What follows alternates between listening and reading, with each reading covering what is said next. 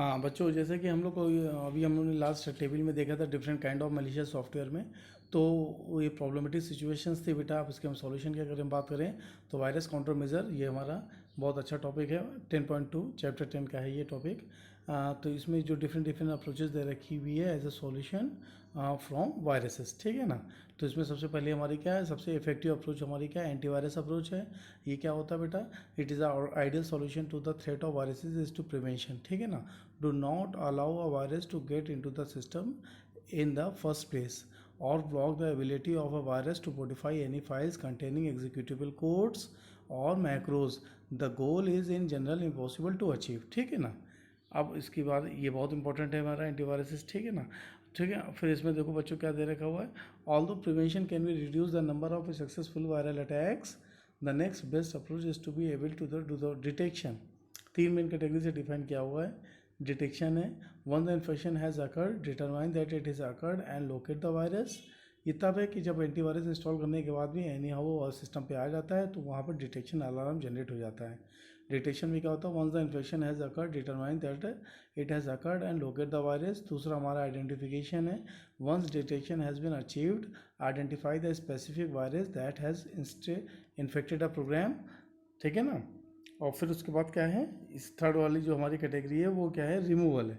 Removal में क्या बच्चों क्या है, once the specific virus has been identified remove all traces of the virus from the infected programs and to restore it to its original state, ठीक है। Remove the virus from all infected system so that the virus can not be spread further. बात समझ में आ रही है ना बच्चों।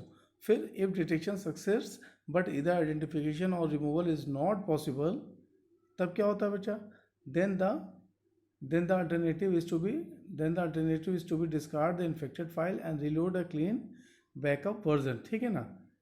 Advance in virus and antivirus technology go hand in hand, जैसे आप लोग को पता ही है। Early viruses were relatively simple code fragments and could be identified and purged, ठीक है, with relatively simple antivirus software packages,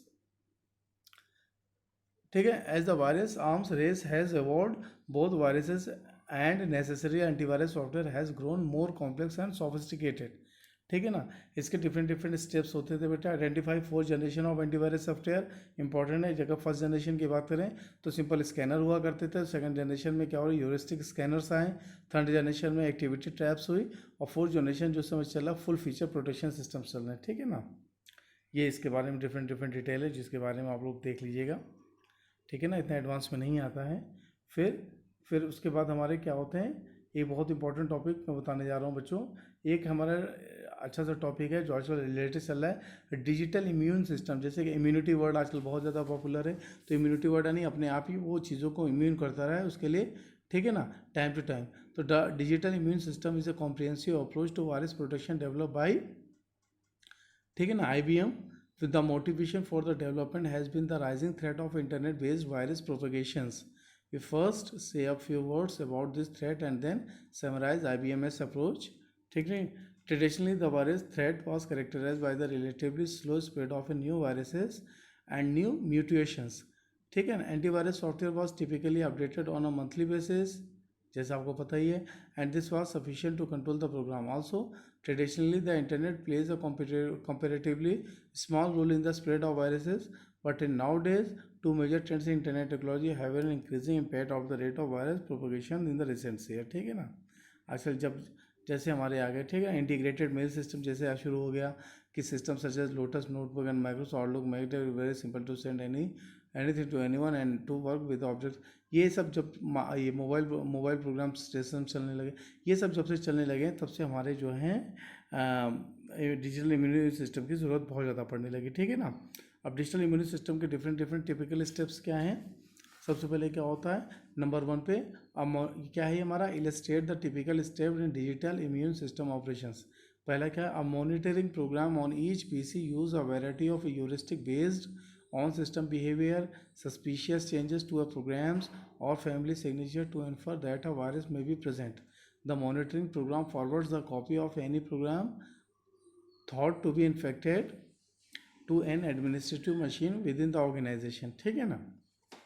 दूसरा क्या है, the administrative machine encrypts the sample and sends it to a central virus analysis machine.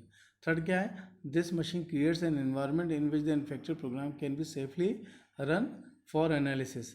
Technique used for the purpose including emulation or the creation of a protected environment within which the suspect program can be executed and monitored. The virus analysis machine then produces a prescription for identifying and removing the virus। ठीक है ना। चौथा step क्या है, the result prescription is send back to administrative machine. और पांचवा क्या है, the administrative machine forward the prescription to the infected client. ठीक है ना बच्चों। नेक्स्ट क्या है, the prescription is also forwarded to other client in an organisation. और सातवां, subscription around the world receives regular antivirus update that protect them from the new viruses. अगर इसके डायग्राम के बारे में बात की जाए तो वो जो सातों स्टेप्स है, सातों स्टेप को यहाँ पर बताया हुआ है। ठीक है ना, जो डिफरेंट डिफरेंट ब्लॉक्स में है। अभी अगर डायग्राम देखो तो डायग्राम आपको अच्छे से समझ में आ जाएगा बच्चों। ठीक है ना। तो इसमें एक एक बच्चों एक हमारा ये देखो, वायरस एनालिसिस मशीन है, एक प्राइवेट नेटवर्क है हमारा और एक अदर प्राइवेट नेटवर्क है। तो वायरस एनालिसिस मशीन के क्या क्या काम होते हैं और प्राइवेट नेटवर्क के क्या काम होते हैं और इंडिविजुअल यूज़र कैसे इससे अटैच रहता है, ये पूरे अच्छे से डायग्राम के थ्रू दे रखा हुआ है with the help of different different step 1 2 3 4 5 6 7 which is already discuss in above. ठीक है ना। This is an example of digital immune system. ठीक है ना।